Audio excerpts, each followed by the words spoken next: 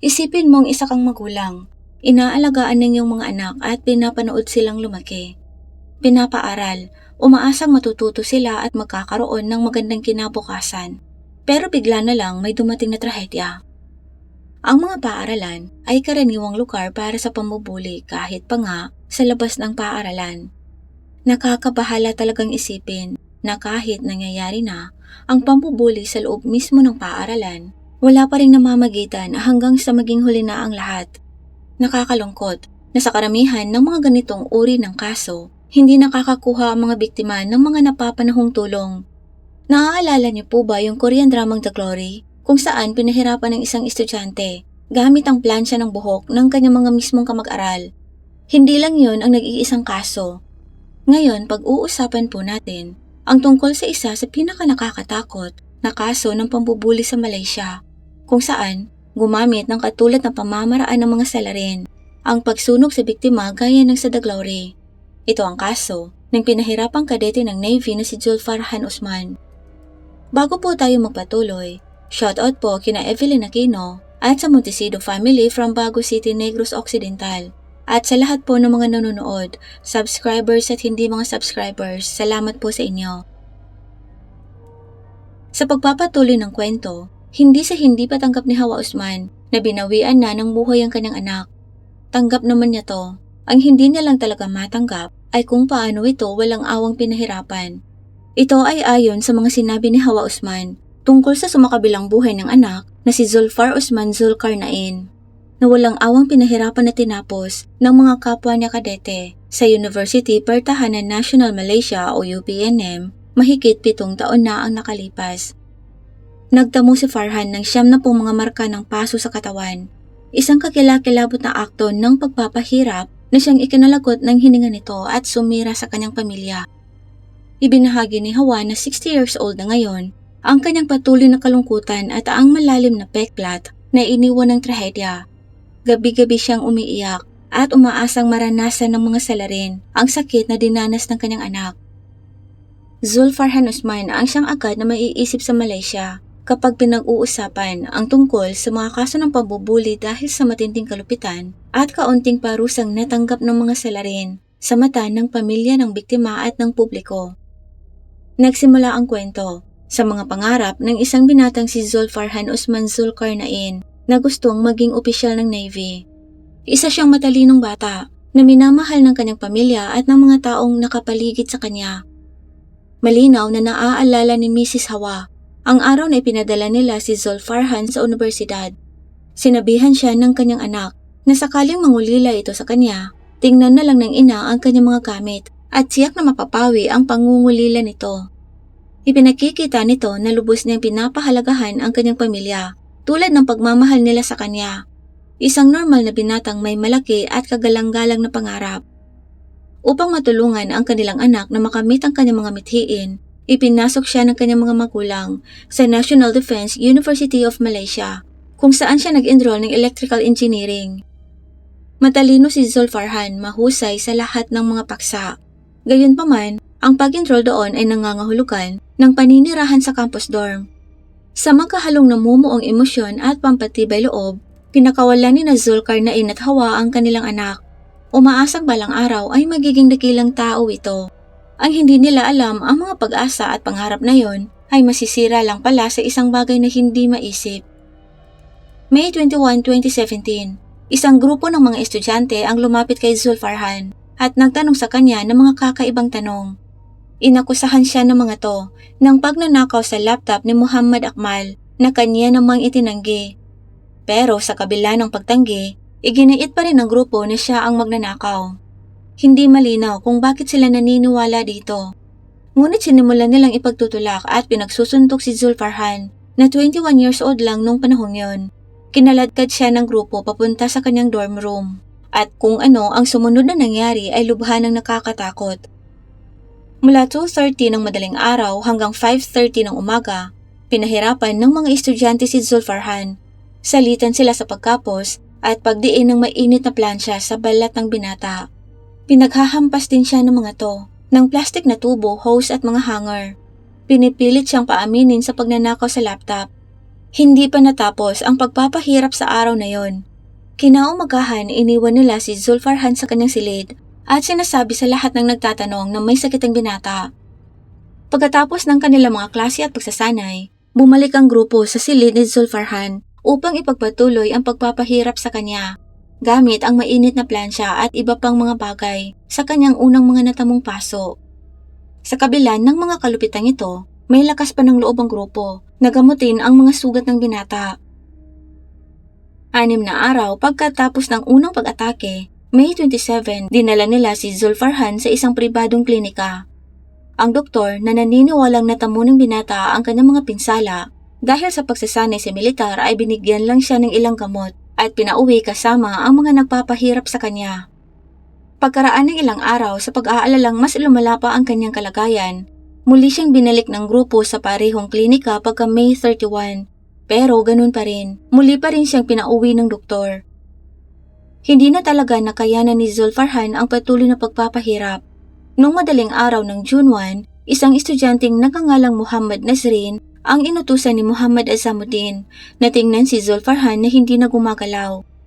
Nang sabihin ni Nazrin na hindi siya makapag-perform ng CPR, agad silang tumawag ng ambulansya.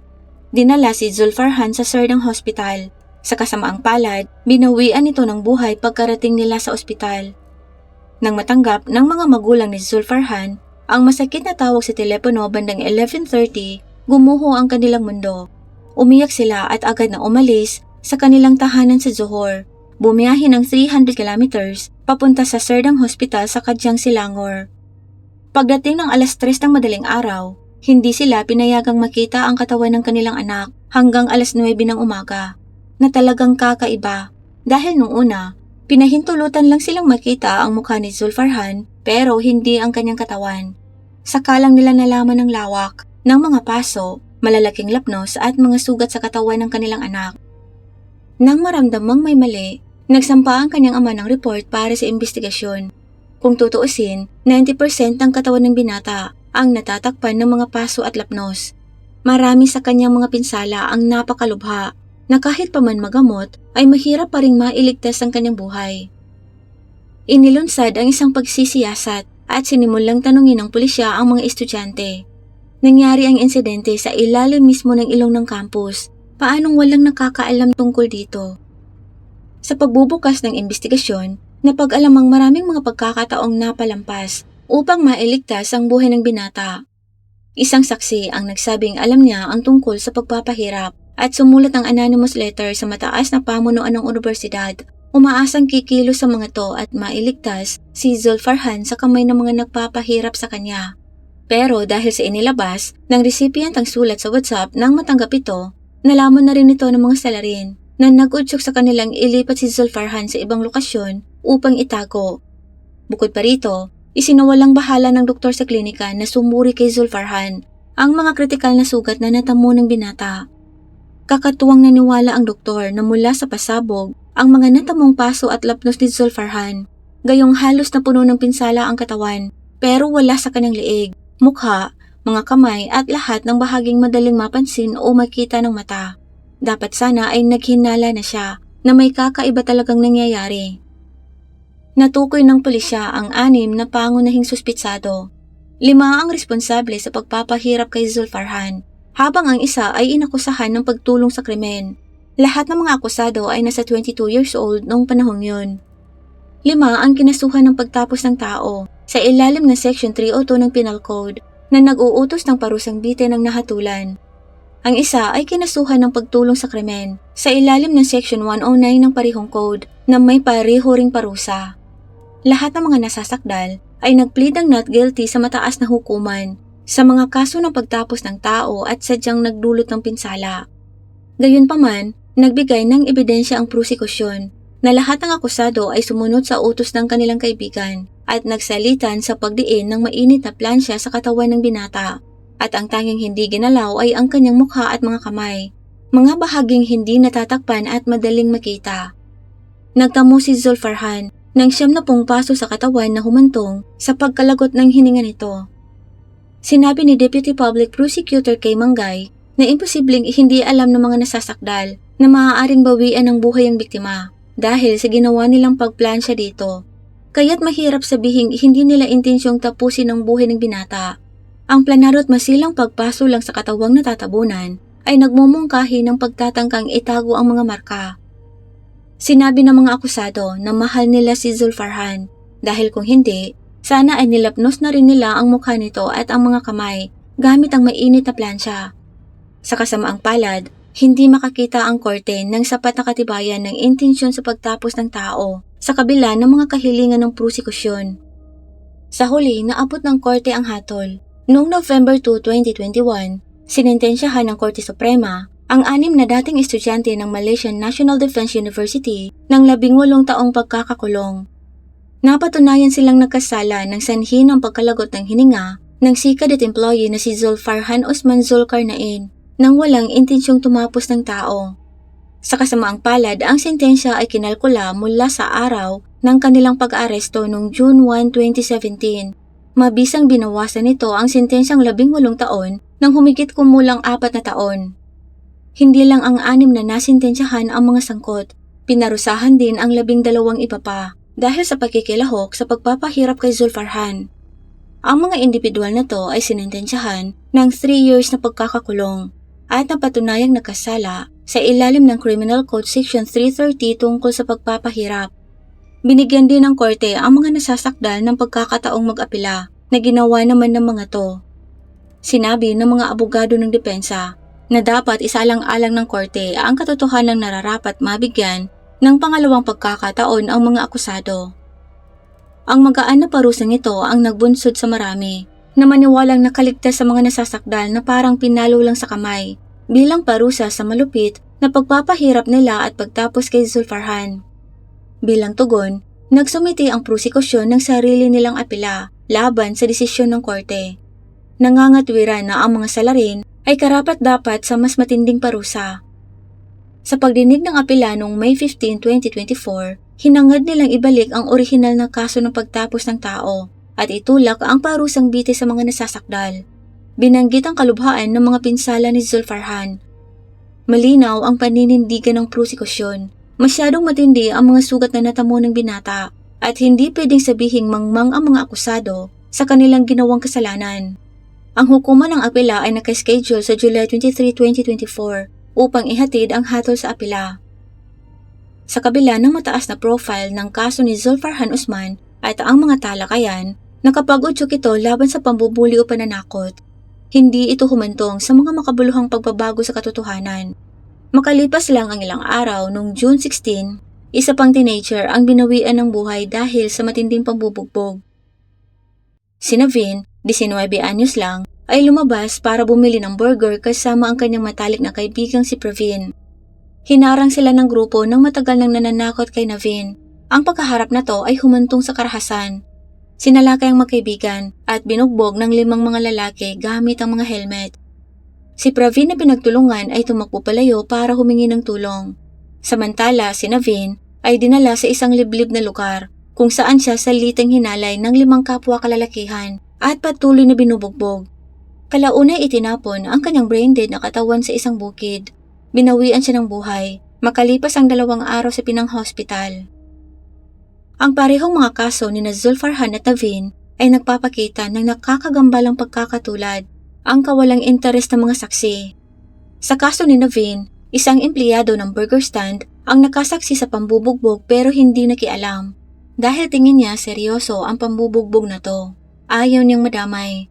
Kung tumulong siya, maaaring nailigtas ang buhay ni Naveen. Sa kaso naman ng kadeting si Zulfarhan, maraming tao ang maaaring nakialam upang mailigtas siya sa kamay ng mga nagpapahirap sa kanya. Kung kumilos lang sana kaagad ang upper management ng National Defense University ng Malaysia sa liham na natanggap ng mga to. At kung naging masusi lang sana ang doktor na 2 beses na tumingin kay Zulfarhan sa klinika. Gayunpaman dahil sa kapabayaan at kawalang interes, walang gumawa ng mga kinakailangang hakbang upang tumulong. Ngayon, ang natitira na lang ay mga paghingi ng tawad at mga mensahe ng rest in peace. Nakakaunti lang ang nagagawa para hilumin ang sakit na nararamdaman ng kanyang pamilya. Inilibing si Zulfarhan sa Johor na dinaluhan ng kanyang mga kasama sa Navy, mga kaibigan at pamilya. Napuno ng luha at panalangin ng paligid habang nagdadalamhati sila sa pagkawala ng isang inosenteng binatang naging biktima ng maling akusasyon. Walang sino man ang tunay na makakaisip ng sakit na nararamdaman ng kanyang mga magulang habang inililibing ang kanilang anak, naghahanap ng hustisyang nananatiling mailap. Sinabi ni Hawa, isang ina sa 4 na mga supling, na mula nung malagim na nangyari sa kanyang anak, na trauma na silang mag-asawa at hindi na gumagamit ang plansya para sa mga damit dahil nagpapaalala lamang ito sa kanila sa pagpapahirap kay Zulfarhan gamit ang bagay na yon.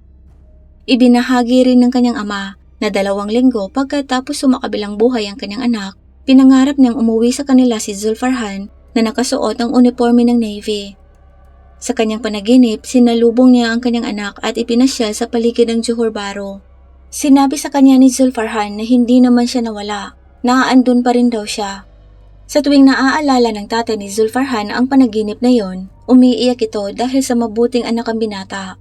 Tanggap niyang sumakabilang buhay na ang kanyang anak, pero ang hindi niya maintindihan ay ang paghihirap na pinagdaanan ng kanyang anak. Umaasa siyang matutugunan ang mga kaso ng pambubuli bago pa mas maraming buhay ang masayang. Ang kaso ni Zulfarhan Osman ay isa lamang sa marami, kung saan maraming nalalagutan ng hininga dahil sa pambubuli o pagpapahirap ng iba. Ang kasong ito ay hindi lamang nagpapakita kung paanong ang mga mag-aaral ay hindi makontrol kapag nalantad sa nakakalasong kulturang ito, kundi nagpapaisip din sa atin tungkol sa maraming mga trahedyang maaaring napigilan sana kung hindi lang pumikit at nagsawalang bahala ang mga tao. Nananalangin po kaming naway ang mga kaluluwa ng mga biktimang ito ay makapagpahinga sa kapayapaan at naway mahanap ng kani-kanilang mga pamilya ang paghihilom na lubhang kailangan nila. Ito ay isang panawagan para sa ating lahat upang matiyak na hindi na mauulit ang mga ganitong uri ng trahedya. Ito lang po para sa araw na to. Salamat po sa panonood. Mag-ingat po tayong lahat.